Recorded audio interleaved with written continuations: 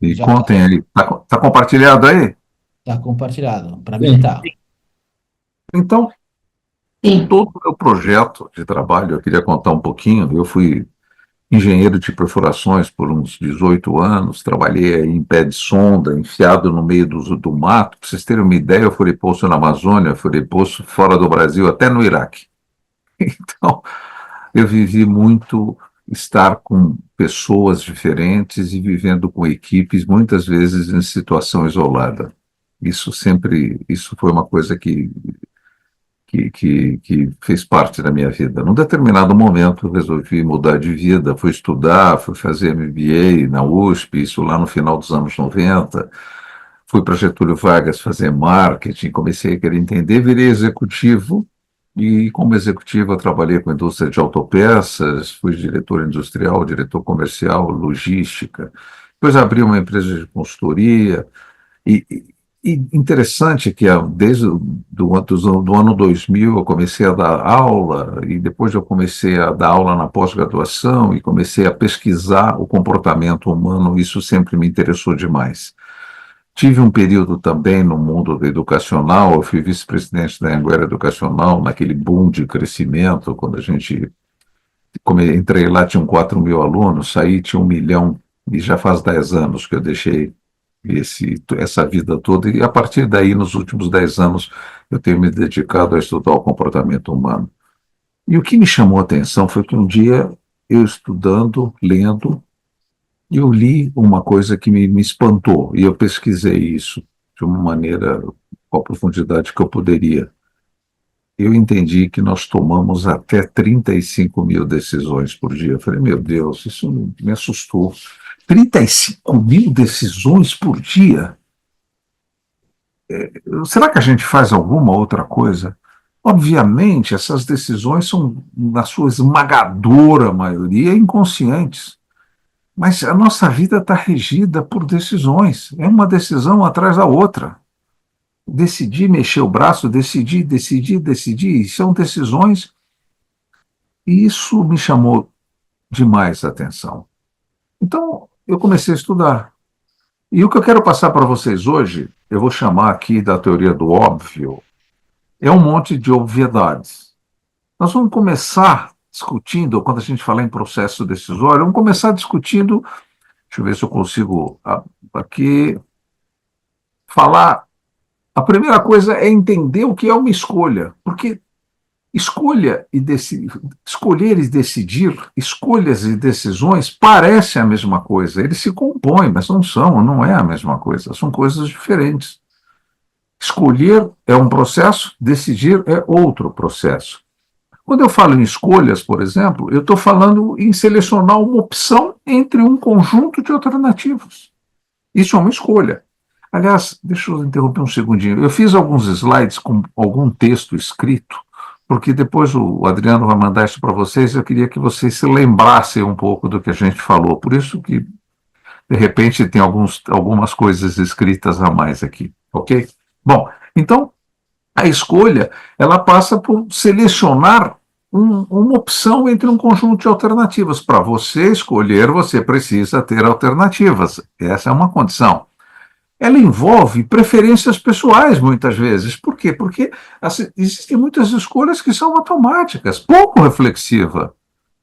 De repente, você está na mesa, você escolhe o que comer, você escolhe o que pegar, você vai ali comer a comida por peso ali, você vai andando, vai pegando, a escolha é muito rápida. Isto é uma escolha, é o que restringe o processo da escolha. Então, ele pode ser automático, ele pode ser pouco reflexivo. Geralmente tem pouco impacto uma escolha. A escolha normalmente não é uma coisa de muito impacto. E ela é um componente da decisão. Eu não tenho a menor dúvida que, no limite, quando você escolhe, isso envolve um processo decisório. Você acabou decidindo alguma coisa. Mas é interessante porque você pode escolher alguma coisa e decidir por outra. Mesmo tendo escolhido alguma coisa, você pode decidir por outra. Por isso que a escolha ela é autônoma. A decisão é um outro processo que nós já vamos falar dele. E a escolha está sujeita a muitos vieses emocionais. Eu vou usar uma parte da nossa conversa para falar dos viés emocionais lá na frente. Então, mas gravem isso, eu imagino que todos vocês saibam o que é um viés emocional, quer dizer, uma visão emocional. O que é, e nós vamos falar disso já já. Então, isso é uma escolha. Agora, uma decisão. A decisão, ela requer uma conclusão, ela requer uma consideração, ela observa alternativas e consequências. Ainda que então você tenha a mesma situação da escolha, mas você agora está avaliando consequências. Você está avaliando, você está considerando as informações sobre cada passo. Aí nós estamos falando em decisão. Portanto, ela exige um julgamento e uma análise crítica. E importante aqui, eu vou repetir isso algumas vezes, mas o que é análise?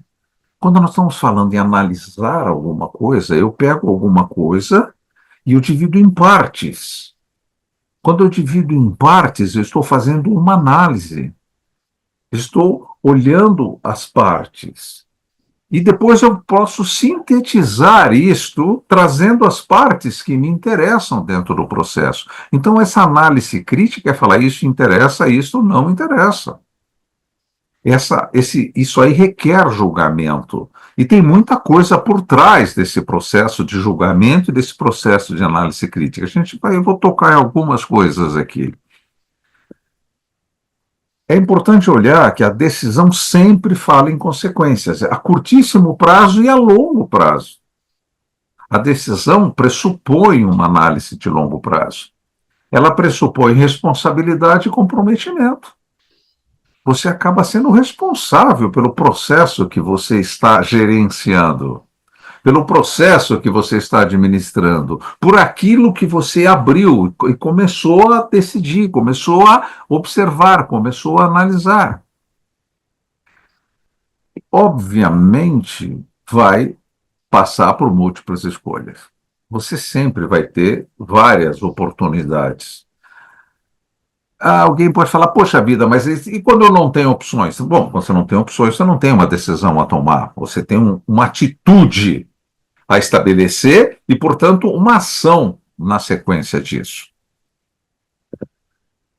E a decisão, dentro desse contexto, ela está muito menos sujeita aos vieses emocionais. Exatamente. Por quê? Porque há uma reflexão por trás de tudo isso que a gente está falando. Portanto, as nossas decisões, ela tem alguns componentes. O primeiro componente é o racional. Eu não tenho dúvida que toda a decisão deverá ser tomada baseado na razão. Então, o racional é vamos dizer assim, o carro-chefe. Mas ela é influenciada pelo emocional, as emoções influenciam, nós vamos discutir rapidamente isso. As emoções influenciam a decisão. A razão, ela vai influenciar a razão não consegue agir sem a emoção faz parte da gente, até porque o nosso conhecimento está vinculado à emoção. Toda vez que você aprende alguma coisa, você passa por um processo emocional. Toda vez que você passa por um processo emocional, você aprendeu alguma coisa. No fundo, é simples assim. Não há como você viver fora de um processo emocional. E um terceiro elemento que interfere e entra no meio desse pacote da emoção, entra no meio da razão, é a intuição. E a intuição é uma coisa que nós temos. Acredite, a intuição, ela está nos programas de fábrica. A gente tem a intuição e às vezes a gente não usa, a gente despreza a intuição. Mas a intuição, nós vamos falar um pouquinho dela já já, ela tem ferramentas que podem auxiliar muito o processo, a emoção, e ela pode ajudar muito no processo racional.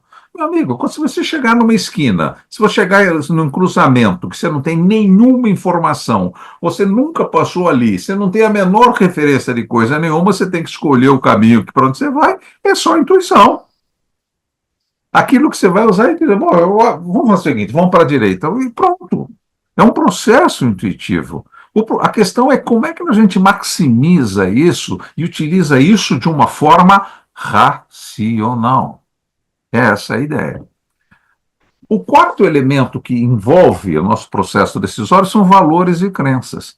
Nós dificilmente vamos conseguir tomar uma decisão fora dos nossos valores, fora das nossas crenças. Vai ser muito difícil nós tomarmos essa decisão. Alguém pode, uma vez eu estava falando com um aluno, falou, mas existe o processo de corrupção. A corrupção faz com que você ache fora dos seus valores e das suas crenças. É verdade. Aí o outro falou, mas espera aí, quem é corrupto não tem valor, não tem crença. Eu falei, não, nós precisamos tomar muito cuidado com a corrupção. Porque a corrupção é todas as vezes que você age fora dos seus valores e das suas crenças. A corrupção pode ser financeira, ok. Então isso aí é uma situação. Mas pode ser um 38 na sua cabeça. Se você não fizer isso, o cara vai te matar. De repente você acaba fazendo. E se ele puser o 38 na cabeça do seu filho, você não vai fazer? E você não vai romper os seus valores e as suas crenças e vai entregar a chave do cofre, vai entregar o segredo, não sei das quantas. É óbvio, então é muito importante a gente entender esse processo de valores e crenças, mas nós temos que considerar que, em condições normais de vida, nós vamos tomar decisões baseadas nos nossos valores e nas nossas crenças, eu não tenho dúvida disso. E tem um último tópico, eu poderia dividir isso em muitas coisas, mas eu gosto desse resumo, porque o último tópico é o especialista. Você não sabe como decidir, então você procura um médico, você procura um advogado, o advogado decide para você como fazer. Quer dizer, o advogado diz para você como fazer, quem decide é você, racionalmente ouvindo o especialista. Aí você toma o remédio, aí você faz o exame, aí você autoriza o processo. Você utilizou de um especialista para tomar uma decisão. Então, as nossas decisões, a parte de eu poder dividir em dezenas de pequenas partes, mas eu prefiro ficar com o racional, o emocional, o intuitivo, os valores e as crenças e o especialista, para que a gente possa pensar de uma maneira óbvia. Então, a razão, o que é a razão? Eu procurei escrever aqui para que a gente grave. Razão é a capacidade cognitiva humana de pensar de forma lógica, analítica e abstrata, permitindo a compreensão e elaboração de conceitos, julgamentos e inferências. Vejam vocês que eu estou falando aqui pensar de forma lógica. Então, por trás disso tudo está a lógica. E a lógica é simples, talvez pensar na lógica aristotélica, né? Todo ser humano é mortal. Eu sou um ser humano, então sou mortal. É uma questão eminentemente lógica, e isso é razão. A razão, ela é lógica. Ela é analítica, como eu já falei, ela olha e divide em partes. Ela consegue dividir em partes e consegue abstrair. E o que é abstrair? Abstrair é olhar para uma coisa pensando em outra. Só o ser humano tem a capacidade de fazer isso. E essa abstração, o que ela permite? Ela permite que você tenha pensamentos estratégicos. Você, na medida que você consegue abstrair, você consegue montar estratégias. Então, isso tudo está vinculado à razão. E a partir daí, você elabora conceitos, você estabelece critérios. Você estabelece um julgamento a partir das inferências que você faz no processo analítico. Então, essa é a razão. Muita coisa vai interferir na razão, nós vamos olhar rapidamente, mas é importante que isso entenda. Ela envolve, portanto, processos mentais que possibilitam avaliar evidências, identificar relações causais, resolver problemas complexos e tomar decisões conscientes. Novamente, eu resolvi escrever assim para que vocês tenham isso em algum momento, leiam e lembrem do que a gente está conversando. Ela permite transcender respostas instintivas, intuitivas e emocionais. Pronto, chegamos naquilo que é transcendente. A razão consegue trazer a intuição, trazer as emoções e fazer uma análise crítica e aplicar isso de uma maneira adequada. E apareceu mais uma palavrinha aí que é o instinto. E o instinto não é intuição. O instinto é uma forma de agir que está além do nosso conhecimento. Nós somos assim. O instinto tira sua mão do fogo. Não é a intuição. É o instinto que faz você ter determinadas atitudes e determinadas decisões muito rápidas em decorrência daquilo que você é. Você pula para trás, você sai. Se você vai cair, você sai. Isso é instinto. Não é um processo racional, mas é importante porque um susto que você leva, uma coisa que você vê, uma sensação que você tem, esse instinto, ele interfere na razão. A razão considera isso, ou pode considerar, desde que nós autorizemos. Por isso que precisamos entender bem esse processo racional e como é que a razão funciona. A razão, ela acontece de uma maneira isolada, mas ela recebe informações, ela tem conhecimento por trás. Ali vai vir a ética, ali vem o amor, aí vem o moral, aí vem uma série de coisas em cima da gente que isso tudo cai na razão, é ela que faz a gestão. Muito bem, mas o segundo elemento é as emoções, portanto. O que são emoções?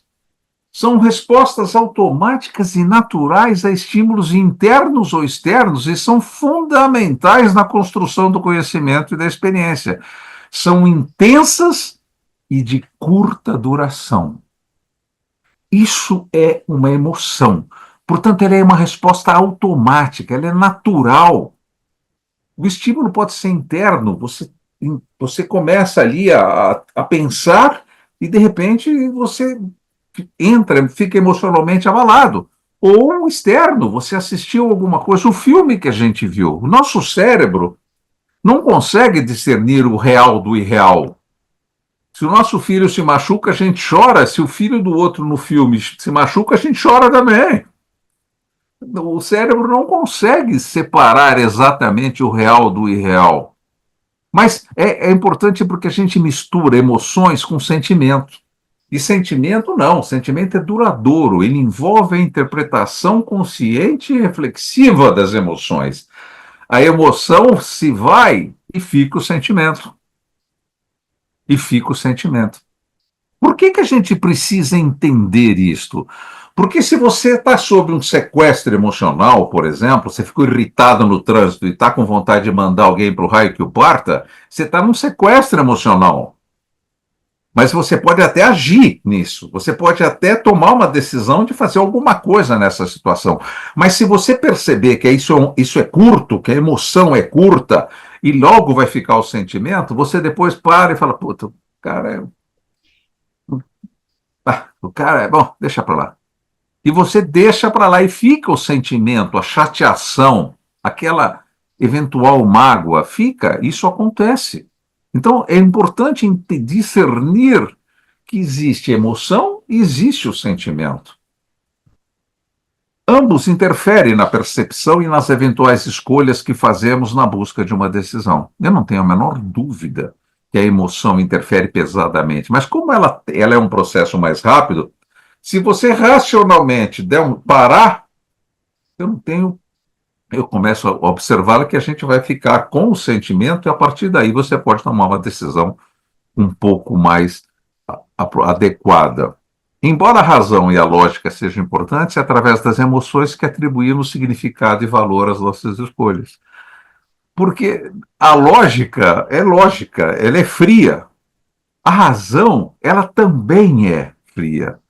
Então é a emoção que te deixa feliz por ter feito alguma coisa boa. Puxa vida, eu consegui. É a emoção que faz isso, que faz com que suas decisões sejam comemoradas ou lamentadas. Mas é a emoção que faz isso, não é a razão. A razão não consegue fazer esse processo todo. E por trás da razão, da emoção, eu queria falar um pouquinho sobre inteligência emocional. que na verdade é a capacidade de você reconhecer, compreender e gerenciar as próprias emoções, além de influenciar as emoções dos outros. Então, na verdade, você tem que começar a ter uma consciência emocional. O que é uma consciência emocional? É você começar a entender como é que você age diante das coisas, o que de fato te atinge a você e aquilo que não atinge necessariamente. Então, você ter uma consciência emocional é você conhecer a você. É o processo mesmo do autoconhecimento. É você parar e entender por que eu fiz aquilo, por que eu não fiz, o que me levou a agir daquela maneira, o que me levou a decidir aquilo daquela maneira. Essa consciência emocional é um exercício diário que nós temos que fazer. Porque nós aprendemos todos os dias e agimos emocionalmente, eventualmente, de uma forma diferente todos os dias, mesmo que aparentemente seja a mesma coisa, mas os motivos podem ser outros, os critérios podem ser outros. Portanto, a consciência emocional é uma coisa realmente muito, muito importante. E aí, por quê? Porque aí você desemboca no gerenciamento emocional. Porque a gente não consegue gerenciar nossas emoções. Ah, eu quero ficar alegre. Como você fica alegre? Ah, eu quero ficar triste. Não dá para ficar triste. Eu quero sentir nojo. Não dá para sentir nojo. O processo emocional é um processo que você não controla, mas você controla, sim, as atitudes e o seu comportamento em decorrência das emoções. E é disso que eu estou falando ali quando eu falo em gerenciamento emocional. É disso que eu estou falando. Gerenciamento emocional é você ter consciência da sua emoção e, a partir daí, fazer um gerenciamento das suas emoções. E, nesse processo, se você inserir a empatia, que faz parte da inteligência emocional, e o que é a empatia? A empatia, em algum momento, você se colocar na posição do outro, simplificando muito a empatia. Mas quando você faz isso, você começa a ter consciência emocional do outro. E você começa a fazer um gerenciamento emocional em você baseado na consciência emocional do outro. Fala, puxa, isso parece complicado. Não é complicado. Não é complicado. Porque tudo acontece por trás da razão. Para que você se dispõe a fazer esse tipo de coisa, você olhar para as pessoas e começar a entender o motivo pela qual ela está brava, o motivo pela qual ela está gritando, o motivo pela qual ela está falando o que está falando, enfim, um processo que pode fazer com que você venha a reagir, mas evidentemente você consegue melhorar o contexto. Isso acontece a partir da razão. Isso acontece por uma decisão, você tem que decidir fazer isso. Habilidades sociais, eu não tenho a menor dúvida que você tem que se comunicar bem, se apresentar bem, estar bem. Você não pode estar se sentindo mal posicionado. Ou seja, todo mundo está de terno e você está de bermuda. Quer dizer, você vai se sentir mal. A não ser que você seja um aloprado, mas você não sendo uma pessoa absolutamente normal, você vai se sentir fora do contexto. Eu estou exagerando aqui, mas para que a gente entenda que é preciso habilidade emocional. É preciso aprender a se comunicar melhor. E se comunicar bem não quer dizer ter uma oratória fantástica. Não, não. Eu estou falando em lógica, eu estou falando em argumentação. Eu estou falando em racionalidade, em se posicionar e conversar com a outra pessoa da forma em que ela está conversando com você. Esse desenvolvimento é extremamente importante. Então, na hora que a gente consegue integrar essas competências em nossas decisões, a gente aumenta a nossa capacidade de ter escolhas conscientes, éticas, eficazes, promovendo tanto o nosso bem-estar quanto das pessoas ao nosso redor. Por quê? Porque nós estamos considerando o nosso entorno. Naturalmente, a gente começa a considerar. Eu vou fazer uma partezinha aqui dizendo o seguinte: a nossa vida ela é feita de hábitos. E o nosso cérebro, você pode não acreditar, mas o danado joga a nosso favor. Sempre. Se você imaginar o seguinte, eu quero ir para a academia, 6 horas da manhã, despertador toca, você quer morrer, você quer desligar o despertador e falar, vou dormir.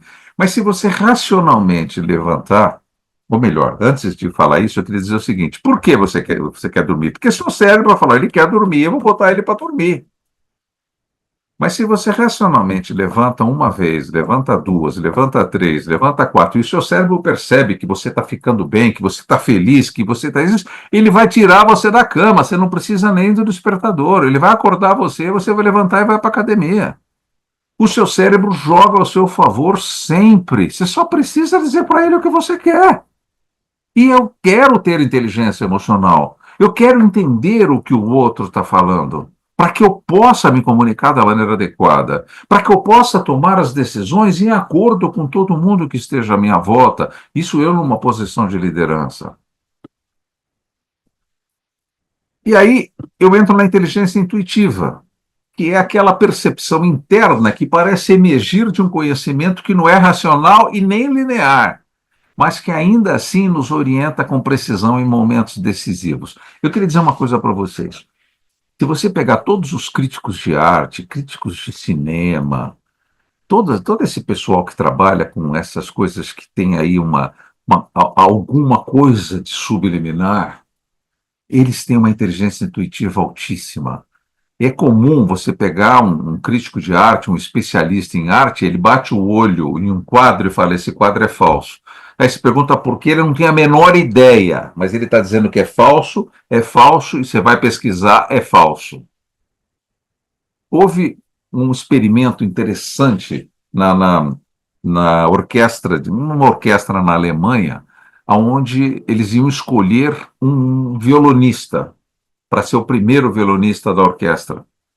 E esse evento aconteceu para que, como tinha entre os pretensos é, é, violinistas a serem escolhidos, tinha um que era parente de um dos maestros, então o negócio foi feito de uma maneira secreta. Então havia uma parede, uma cortina, que o violonista entrava, tocava lá uma determinada música e ele seria escolhido por essa música. Haviam 17 para tocar. O líder, o responsável, o principal, o maestro principal da orquestra, que era o cara que no final, que no limite ia dar a palavra final, ele estava lá presente, e isso aconteceu lá na década de 50. E aí o que aconteceu? Quando chegou o terceiro violonista, ele falou: pode parar, esse é o violonista. Como? Para? Bom, enfim, fantástico, fantástico. O violonista, assim, fantástico. Quando foram descobrir quem era a pessoa, era uma mulher. E não havia nenhuma mulher em nenhuma orquestra. Então, isso causou um problema, foi um negócio assim extremamente complexo. Como é que vai resolver? E ele insistiu em falar e bancar e falou: poxa vida, é a melhor. Bom, enfim, ela acabou sendo aceita, mas não foi como primeira violonista, foi como segunda violonista. E no final de 6 meses ela era a primeira, porque efetivamente ela era a melhor. E quebrou a hegemonia dos homens nas orquestras. Isso aconteceu por absoluta inteligência intuitiva. Ele nem ouviu ela acabar de tocar e nem ouviu os outros 14 que tinham que ser falados, que teriam que tocar. Ele já disse que era ela e era ela. Então, a intuição, ela está ligada a um processo no nosso cérebro bastante interessante, que ela está vinculada a um conhecimento, a experiência. Você não consegue intuir por aquilo que você não conhece. Você tem que conhecer para poder intuir. O Adriano usa uma frase que eu acho interessante. Ele fala: é impossível intuir em física quântica, na medida em que eu não entendo nada de física quântica. Como é que eu vou ter uma intuição em física quântica? Não dá para ter. Como é que eu vou ter uma intuição numa orquestra se eu não tenho a menor ideia de como é que o que é uma orquestra, como é que se toca violino? Então, mas a inteligência intuitiva ela está disponível para a gente. O problema é que a gente ouvir a intuição em público demanda coragem. Por quê? Porque muitas vezes alguém te fala: olha que coisa linda, você bate o olho e acha um horror. E você tem que fazer toda uma ginástica para que isso não apareça. Você precisa, para que você assumir que não gostou, você precisa ter uma autoconfiança muito forte, precisa ter coragem. E o pior de tudo é que você não consegue explicar isso pela lógica ou pela emoção. Você não consegue, simplesmente você não gostou. Você bateu o olho e falou, isso não é. E como é que a gente fala? Então, é uma situação um bocado difícil. Essa interação entre o que é intuitivo e o que é externo está profundamente conectada ao processo de conhecimento tácito, foi o que eu acabei de falar. Você só consegue, o conhecimento tácito é exatamente aquele conhecimento que nos dá retaguarda em todo o nosso processo intuitivo, em todo o nosso processo decisório. Então, a intuição está muito ligada a isso. E é interessante que, além dessa intuição, que ela é uma percepção do cérebro, né? Quer dizer, você tem essa percepção, o corpo muitas vezes faz isso. O corpo muitas vezes faz isso. Quer dizer, você às vezes sente um arrepio, sente um frio, sente um desconforto, e você não sabe exatamente o que é. E ninguém sentiu, só você sentiu. Então, o corpo dá sinais também dentro desse processo todo, ele dá sinais. Quando nós estamos diante de uma decisão a ser tomada, a intuição, ela não é o carro-chefe é a razão, sempre. Mas a intuição, na ausência de dados concretos, na ausência de qualquer outra coisa, a intuição é o que te resta. Eu acabei de falar, se você chegar numa estrada, falei agora há pouco, chegar numa estrada que tem uma bifurcação, você não tem a menor ideia para que lado vai, você vai ter que intuir alguma coisa ali. É assim que funciona. Essa é a ideia da inteligência intuitiva. Também por trás disso está a ética e a moral, que vai interferir em todo. Ela interfere na emoção, ela interfere na intuição, ela acaba interferindo. Por quê? Porque ela interfere no conhecimento. E o que é moral? Moral se refere a um conjunto de valores, normas e costumes que orientam o comportamento normativo. O moral é legal. Se eu sair pelado na rua, eu vou preso. Mas se eu chegar de roupa numa praia de nudismo, os caras vão me tirar de lá. Então é uma questão moral. Você está pelado ou com roupa, é uma questão, dependendo do local que você está, não faz diferença nenhuma ou faz. Então, essa é a ideia da moral. Agora, eu queria falar sobre a ética. Antes de dar uma definição, eu queria lembrar, uma vez eu estava querendo entender o que poderia ser ética. Aí eu vi o Clóvis de Barros falando uma vez, eu achei extremamente interessante, resumindo o que ele falou que nós estamos falando de amor. Nós estamos falando de amor. E tem um amor que é o amor de Platão, um amor, aquele amor eros de Platão, que é que você ama aquilo que você não tem. Mas se você andar para o Philos, que é de Aristóteles, você ama o que você tem. Então há uma compensação no eros e no Philos. E que se a gente caminhar, nós chegamos a Jesus, onde Jesus fala que nós temos que amar a todas as pessoas como nós mesmos, isso está escrito na Bíblia. Aí a pergunta que fica é, será que a gente consegue amar todo mundo?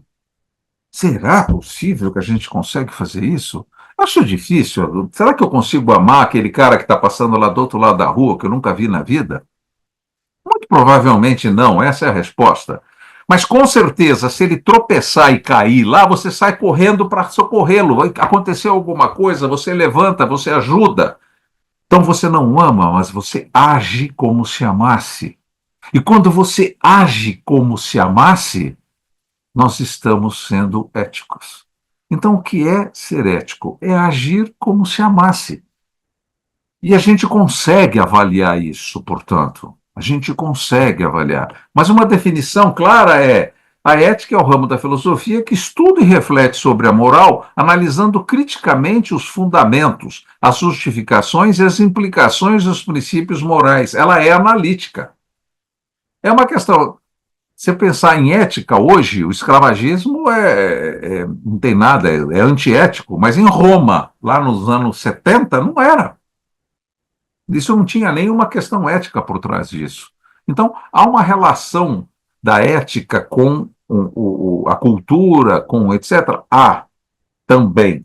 Mas quem está ligado à cultura, às normas, a questão legal, é a moral. E é importante. Por que eu estou levantando essas duas coisas? Porque isso mexe com o processo decisório. A gente tem que decidir sob a égide da moral e sob a égide da ética. Nós temos que agir como se amássemos. Isso consegue avaliar. Isso que eu estou fazendo é agir como se eu amasse? Não, então não é ético. Não adianta discutir outros detalhes filosóficos, como eu acabei de falar dos Kraus. Não tem discussão nenhuma. A questão é ficar na essência. E se a ética e a moral interferem, os viés emocionais, então, eles são o caos. Porque dentro do processo decisório, onde está a razão, quando a razão impera, os vieses são mais difíceis de invadirem. Mas em termos emocionais, os vieses tomam conta. E também existe uma situação que é um nome interessante, chama-se heurística. E o que é a heurística? A heurística é uma tomada de decisão rápida. É aquela tomada, aquele gatilho mental. Outro dia eu estava fazendo uma comida aqui e pus sal demais. E falei, putz, salguei a comida. Minha filha estava lá e falou, pai, joga uma batata aí que tira o sal. Ela não precisou fazer uma reunião, não precisou consultar nenhuma para definir. Não, é um gatilho mental, isso é uma decisão heurística. Você, quando freia o carro, você não faz, não para, eu acho que é melhor eu frear e vou frear. Não, você freia o carro. Então, esses gatilhos mentais, ele tem um nome, chama heurística. E eles acontecem à parte da razão, como a exemplo do sequestro emocional, quando a nossa amígdala toma conta do córtex e faz com que a gente tome algumas decisões, muitas vezes, impensadas na emoção, que eu falei lá que nós deveríamos trazer para o sentimento. Bom, mas eu queria comentar os viés, porque os viés é uma coisa assim que faz parte da nossa vida e interfere na nossa decisão. Vocês querem ver? Bom, são tendências, etc., a definição. O viés da confirmação. Tudo que confirma nossas crenças, certezas e hipóteses pré-existentes. É coisa mais comum, teoria da conspiração. Acidente aéreo, não. Andar de avião, é um perigo. Acidente aéreo é um perigo. É claro que é um perigo. Só que, não sei se vocês sabem, o segundo meio de transporte mais seguro do mundo é o avião. O primeiro é o elevador. Transporta você com segurança. O segundo é o avião. E você não tem medo de andar no carro ali a 150 por hora numa estrada esburacada, mas tem medo de andar de avião. Então, esse é o viés da confirmação, a teoria da conspiração. Começa a levantar questões e cria e vai confirmando. Se você achar que todas as pessoas no mundo são boas, você vai achar 1000 razões. Vai no Google lá, você acha 1000 razões para comprovar isso. Se você achar que são ruins, você vai achar outras 1000 e comprova que são ruins. Então, e nós temos uma tendência, esse é um viés perigoso. E a aversão à perda. Prefere evitar perdas a obter ganhos. Aquele cara que tem uma ação que ele comprou a 50, já caiu para 30, já caiu para 20, o bicho está perdendo dinheiro direto e reto, mas não, uma hora vai voltar. Ele prefere continuar perdendo a, em tese, obter ganhos. Quer dizer, nós temos uma aversão à perda. Quem tem aversão à perda não desiste nunca.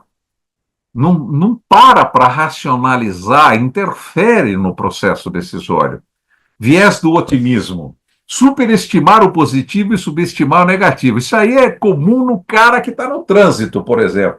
E sai lá que nem um maluco, ele fala, eu sou muito bom, eu guio muito bem, comigo não tem problema, e aí qualquer coisa do tipo. Quer dizer, ele superestima o positivo e subestima o negativo, que pode acontecer um acidente. Eu estou dando um exemplo, mas isso pode acontecer em vários outros lugares. Deixa comigo. Essa frase é uma loucura. Deixa comigo, meu Deus. É o viés do otimismo. Porque o deixa comigo só se não tiver nenhuma outra alternativa, mas se tiver alguém para ajudar, vamos junto. Viés da ancoragem. Dependência excessiva da primeira informação. Não. Eu acabei de ouvir que não é assim. Lá, pode ir com certeza que lá funciona assim. Acabei de ouvir, meu. O cara ali me falou. E você ancora nessa informação. E aí, qualquer coisa, você começa a questionar. Viés da disponibilidade. Avaliação de eventos com base no que vem à mente. Onde é que ela mora?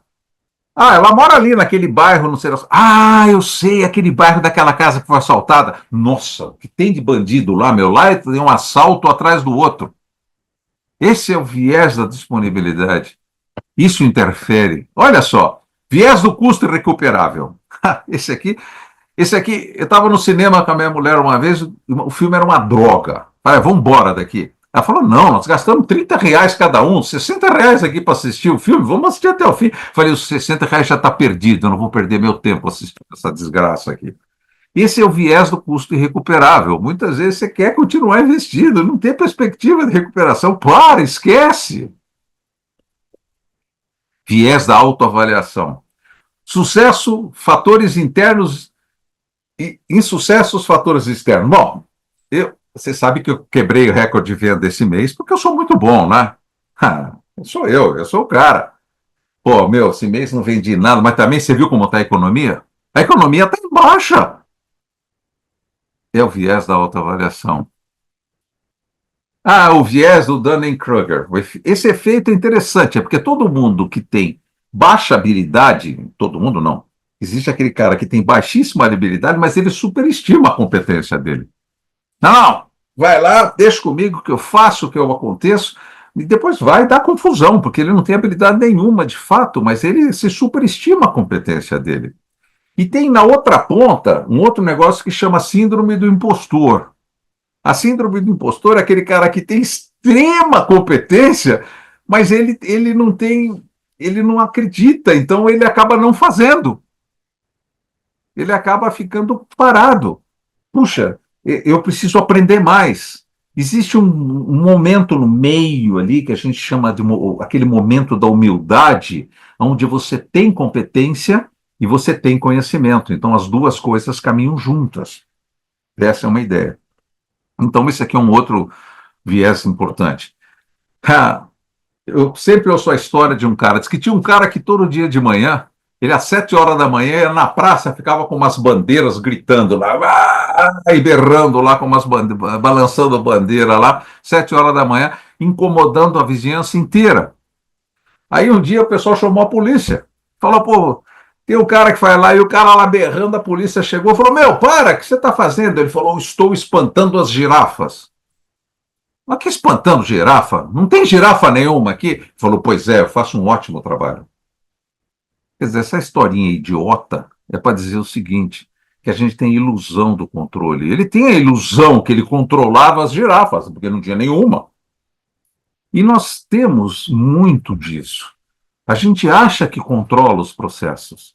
A gente acha que as ações que vão acontecer e tudo vai acontecer está dentro do nosso conhecimento. Esse é um outro viés muito perigoso. Tem um outro chamado efeito halo, é um outro viés, que é a impressão positiva influenciado por outros. Então, tem lá você tem que escolher as pessoas que você vai contratar como engenheiro, como gerente, etc. Mas tem um cara lá que o cara fala muito bem, o cara está muito bem vestido, é o mais bonito. Você olha para o cara e acha que o cara é o melhor. Nós temos muito disso. A gente positiva uma influência baseado num outro dado que não tem nada a ver com isso. O fato dele ser o mais que fala melhor, o mais bonito, o mais ou sei lá o quê, quem disse que ele é o melhor engenheiro? Quem disse que ele é o melhor gerente? Da onde uma coisa tem a ver com a outra? Se ele fosse fazer propaganda na televisão, tudo bem, mas não é o caso. Então, esse aqui é o efeito halo. E o último, eu posso levantar 50 aqui, só o último que eu vou falar aqui é o viés da representatividade, que é, eu costumo, quando eu dou aula, eu pergunto, eu faço uma brincadeira com os meus alunos. O João Carlos é um cara extremamente simpático, fala muito bem, adora ouvir Beethoven, é um cara magro, cabelo bem cortado. Esse é o João Carlos. Eu gostaria que vocês me respondessem. Vocês acham que o João Carlos é um professor de literatura ou vocês acham que o João Carlos é um motorista de caminhão? E, obviamente, eu não estou. A resposta que mais acontece ali é que ele é um professor de literatura. Falei, pois é. Nós temos um professor de literatura para 330 mil motoristas de caminhões só no estado de São Paulo. Esse cara, as chances dele ser um professor de literatura são ridículas. A gente desconsidera a probabilidade e começa a decidir baseado no quê? Baseado na semelhança. Porque o cara magro, cabelo bem cortado, ouvindo Beethoven, não pode ser motorista de caminhão. Esse cara tem que ser professor de literatura. E, na verdade, nós podemos estar equivocados. Ele pode ser, até ser um professor de literatura, mas as chances de ser um motorista de caminhão são muito maiores. E a gente desconsidera a probabilidade em decorrência, muitas vezes, da semelhança com aquilo que a gente imagina. Esses são os vieses emocionais que eu levantei alguns. Se vocês colocarem aí, fizerem uma pesquisa, vocês vão ver muitos mais. Tem uma infinidade deles. E eles interferem pesadamente no nosso processo decisório. Quem consegue controlar os vieses? Você sabe onde começa? Na emoção. Por quê? Porque é a emoção que faz a gente conhecer. Quando alguns de vocês aqui eu vi que sorriu, que não sei o quê, é isso. Essa emoção é que faz você entender e faz você conhecer. E quando você conhece, você consegue intuir. E quando você conhece, você consegue racionalizar. E aí fica mais fácil tomar a decisão. E a pergunta que eu queria colocar agora, então, portanto, eu sou dono das minhas decisões? Olha, sabendo isso tudo, que é, no fundo, um pacote de obviedades, eu sou dono das minhas decisões? As minhas decisões recebem fatores externos, então tem um monte de influências externas, recebem fatores internos, eu tenho um monte de influências internas, e isso depende também das circunstâncias. Se eu estou com um problema financeiro, se está chovendo, se está frio, se está calor, tudo isso interfere. As nossas decisões, para que eu seja dono delas, eu tenho que ter a razão tomando conta do jogo. Não tenho dúvida disso. René Descartes escreveu uma frase: não aceito nada como verdadeiro se houver a mínima probabilidade de que não seja. Isso uma lição para a gente tomar decisões. Eu listei aqui algumas coisas que a gente pode fazer para tomar decisões. Primeira coisa, questione as fontes. Eu vou tomar uma decisão, as informações estão chegando a você, questione as fontes. De onde veio? Quem trouxe? Como é que está esse assunto? Pesquise e verifique. A hora que você recebeu algumas informações, pesquisa, verifica, vai atrás. Puxa, mas eu não tive tempo. Bom, se você não tiver tempo, o processo é outro. Aí você tem que intuir, aí você tem que usar a emoção, você tem que usar o conhecimento tácito. Mas se você tiver tempo, é melhor que você pesquise, que você verifique.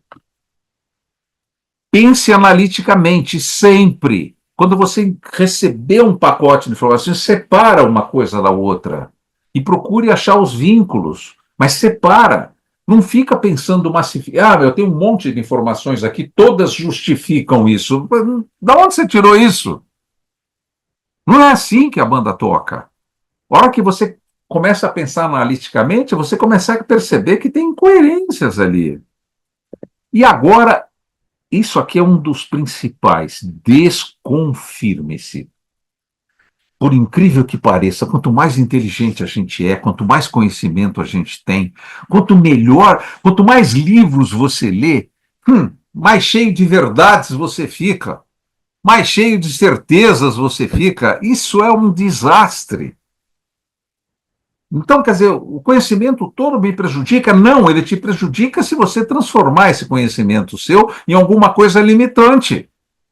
Então, se você se desconfirmar, vai ser perfeito. Se você chegar à conclusão, bom, de tudo que eu olhei e do que eu sei, é isso aqui. Agora desconfirme-se. Fala aí, não é assim. Se não for assim, o que seria? Como é que você questiona as suas certezas? Muitas vezes, as suas certezas estão apoiadas em aquilo que você vê e você não olha ponto cego. Então, por exemplo, pense no pensamento reverso. Imagina, o pensamento nosso, quando você olha o seu conhecimento, é linear. É pá, pá, pá, pá, pá, pá. Quando a decisão é única, não tem dúvida. Pá, pá, pá, pá, é linear. Mas se eu tiver um processo que eu tenho decisões que podem ser distintas, eu preciso parar para pensar. Um pensamento reverso é um recurso interessante. Por exemplo, se eu estiver no meio de um incêndio e para escapar eu só tenho uma janela, eu tenho que sair por aquela janela, o pensamento linear é você sair correndo em direção àquela janela. Mas se você usar o pensamento reverso, você vai lá e senta naquela janela e olha daquela janela, e aí você vai ver que você tem que fazer assim, que você tem que fazer assim, assim, assim, assim, então você tem que sair para trás para poder chegar na janela. Em vez de você perguntar como é que eu resolvo este problema, você tem que perguntar: eu já resolvi este problema, como foi que eu fiz? Aí você enxerga os pontos cegos, você enxerga o reverso. E isso passa por um processo de desconfirmação. Esteja aberto às mudanças. É impressionante. Ah, não, isso aí vai mudar tudo. Não. Pronto, se você faz isso, você já limitou demais o processo decisório. Esteja aberto às mudanças. Educação continuada. Um livro atrás do outro. Que livro você está lendo hoje? Tem que estar lendo um. Não interessa o quê, tem que estar lendo um. Eu, particularmente, tenho romances que eu leio pelo menos uns 3 ou 4 por ano. Mas eu estou sempre lendo um livro por assunto. Então, estou pesquisando liderança, eu estou pesquisando negociação, eu estou pesquisando enfim, um tema, e aí eu estou com 10 livros em cima da mesa. Educação continuada. Diálogo construtivo. Diálogo construtivo não é um diálogo para discutir conhecimento e aprender. Diálogo construtivo é aquele que te faz bem. Senta e fala besteira, se for o caso. Vai discutir futebol, vai discutir moda, vai discutir carro, vai discutir filosofia, vai discutir psicologia, vai discutir mentoria, vai discutir coaching. Vai discutir decisões gerenciais, econômicas, diálogo construtivo, autoconhecimento. As pessoas hoje acham que não precisam disso, mas eu sugiro a vocês fortemente que escolham, façam uma academia, comam bem, trabalhem, façam tudo, mas escolham meia hora no dia que seja, ainda que seja no banheiro, senta e pensa em você. Larga a droga do celular e começa a pensar em você, por que eu fiz, o que eu estou fazendo, meu próximo passo, é isso, como é, eu tomei essa decisão, é isso mesmo e tal. Revisite o que você fez. E para isso tudo aí, e mais uma lista, que eu podia fazer uma lista de 50 coisas, você precisa ter humildade intelectual. Você precisa ter humildade intelectual, ser um eterno aprendiz. Eu tenho muito que aprender. Lembrar de Sócrates, né? Mais sei que nada sei, né? Quanto mais sei que nada sei. Meus netos perguntam para mim, eu tenho 12 netos, de vez em quando entram aqui, você já leu isso tudo? Eu falei, não, isso aqui é o tamanho da minha ignorância. Porque é uma visão do destino. É uma coisa grande, mas eu vou ler. Trata-se de um conjunto de eventos ou situação que determinam o curso da vida de uma pessoa e de um lugar. O destino é um conjunto de eventos e situações. As nossas decisões constroem e nos levam a um destino. Meu Deus, destino. E aí aparecem as perspectivas do destino. E são 3. Fatalismo.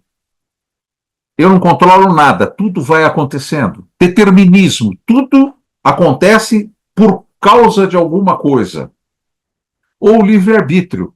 As coisas acontecem de uma forma fatalística ou de uma forma determinística, mas acontecem por livre-arbítrio. Então, eu teria muito que falar nesse assunto, eu estou preocupado com o nosso tempo, eu tenho muito pouco tempo ainda, eu acho que eu estou exagerando na conversa aqui. Mas, mas, na verdade, é importante a gente entender que o nosso processo decisório nos leva a uma questão chamada destino. E por trás disso tudo, eu queria falar mais sobre destino, mas eu vou deixar assim. Mas por trás disso tudo, é muito importante falar sobre o tempo. Porque por trás está o tempo está passando. E as nossas decisões, elas estão apoiadas numa coisa chamada linha do tempo. Epa, apertei errado aqui. E o tempo é marcado pela linearidade, pela irreversibilidade. Ao mesmo tempo, nós temos percepções do tempo diferente. O tempo para uns é relativo. Se eu estiver no meio de uma festa, o tempo é rápido.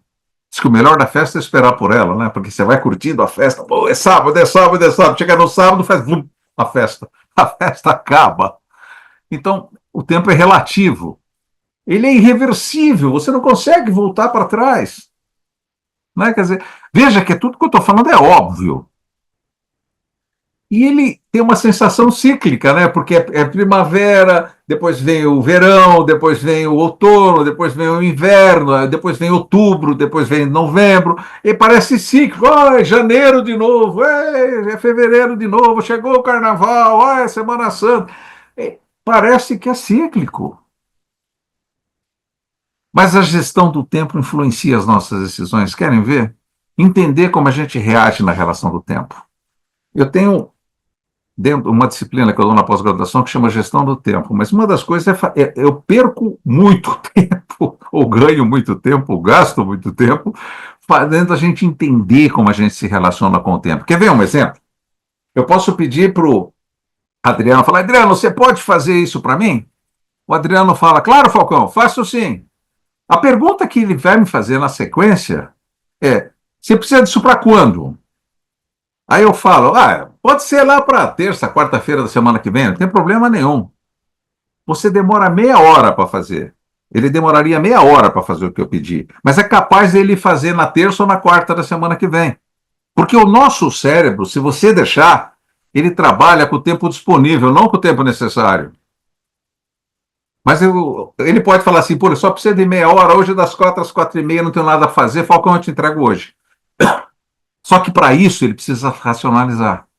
Para isso ele precisa avisar o cérebro dele, para de trabalhar com o tempo disponível e começa a trabalhar com o tempo necessário, meu amigo. Para.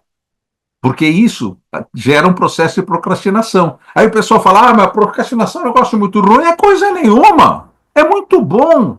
Procrastinar é uma coisa deliciosa. Você faz só o que você gosta. O que você não gosta, você não faz. Você empurra. Mas a razão é que tem que trazer isso para você e você resolve isso, porque quando chegar na terça, na quarta-feira, fala, puta, eu preciso fazer isso pro Falcão e não fiz ainda.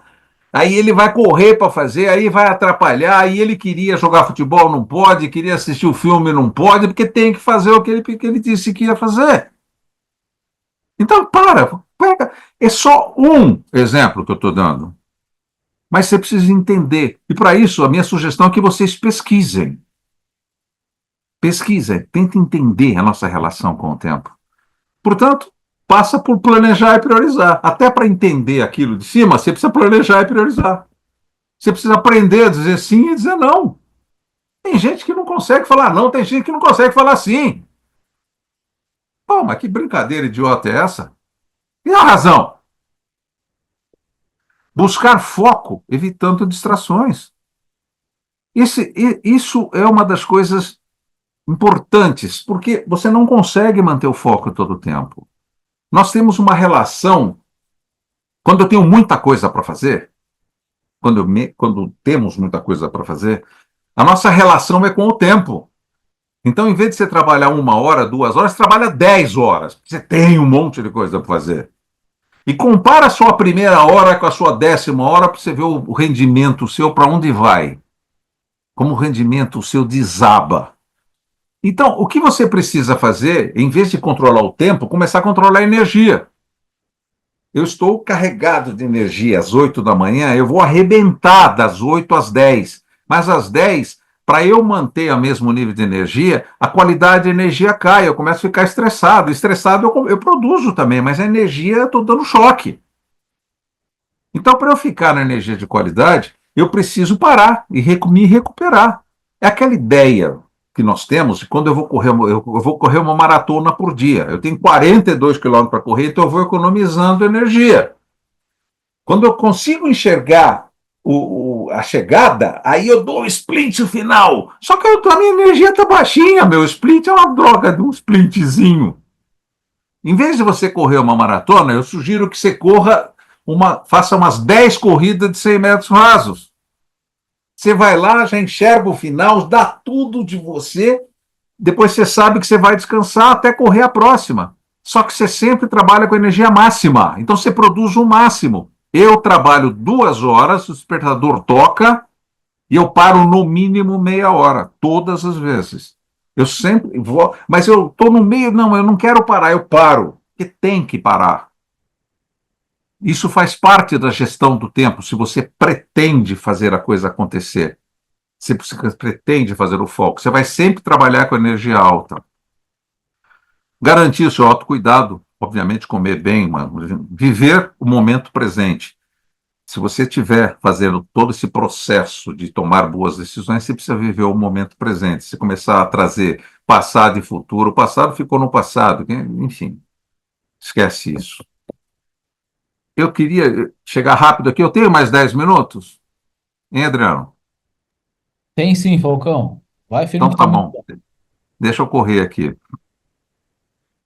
Uh, então, eu queria falar sobre a inteligência artificial, agora que ela interfere em tudo isso que a gente está falando. O Walter Longo, numa das palestras dele, ele falou uma frase que eu achei interessantíssima. Um homem nunca vai superar uma inteligência artificial, mas uma inteligência artificial nunca superará um homem mais uma inteligência artificial. Isso faz toda a diferença.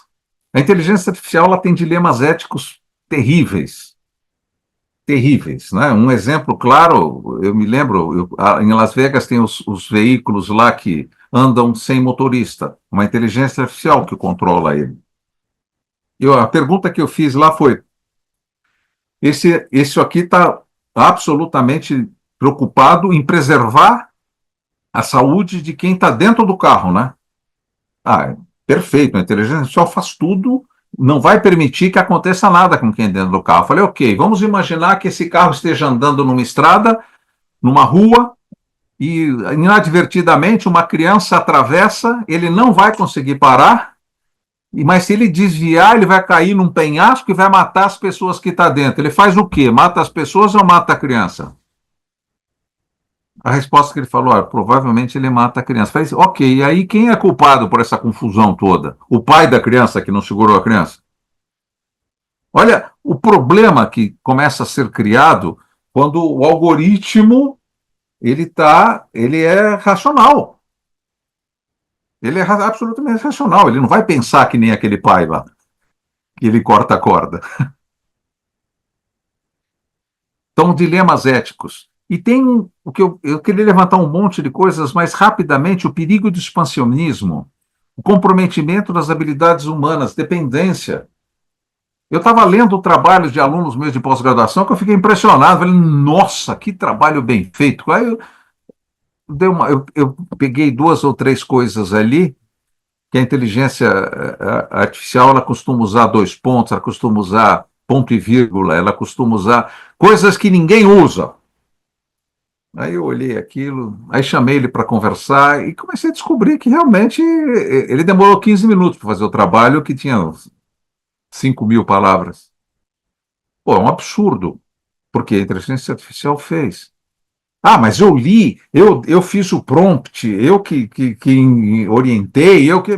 Tá bom, mas eu não queria que você fizesse o prompt, eu não queria que você orientasse, eu queria que você escrevesse, porra, eu queria que você pesquisasse, eu queria que você olhasse isso. Era assim que eu imaginava. Mas eu tenho que viver de uma maneira diferente. Mas as habilidades humanas, podem ser comprometidas, porque o processo decisório fica comprometido. Daqui a pouco tem gente perguntando para a inteligência emocional para a inteligência artificial, o que é que ele deve fazer? Como eu resolvo isso? E já tem gente fazendo isso. Amplificação e manutenção de discriminações e preconceitos. Porque o algoritmo tem lá os seus preconceitos, entre aspas, sei lá o quê. Mas experimenta perguntar para o algoritmo o que é fascista. Eu perguntei, o que é fascismo? Ele descreveu exatamente o governo do Bolsonaro. A figura do Bolsonaro, que eles julgam ser. Eu não estou aqui defendendo politicamente, falando nada, só estou colocando o que eu li. Aí quando eu pego aqui, nos meus livros aqui, eu tenho a Barça, a Delta Larousse, que são livros aí, enciclopédia lá dos anos 70, 60, 70. Você pega fascismo, não tem nada disso lá. Pelo menos não da maneira que está colocada. Então, esses preconceitos, eles podem ser colocados, ser comprometidos. Possibilidade de manipulação, porque as inteligências artificiais sabem tudo sobre nós. Podem me manipular perfeitamente. E é uma porrinhação, porque eu acabei de comprar uns lençóis aqui para casa, comprei aqui na internet, mas todo dia, onde eu apareço, tem nego me vendendo lençol. Falei, eu já comprei os lençóis, eu não quero mais. Imagina, isso não é manipulação. O aumento da desigualdade social, por quê? Porque eu tenho acesso a determinadas coisas, vocês têm acesso a determinadas coisas, mas será que o morador da favela lá tem acesso? Aquilo que já era desigual vai ficar mais desigual ainda. Veja como é complexa a ideia e como a inteligência artificial interfere nisso. Isso sem contar o mercado de trabalho. Mas como é que a gente pode fugir da acomodação disso?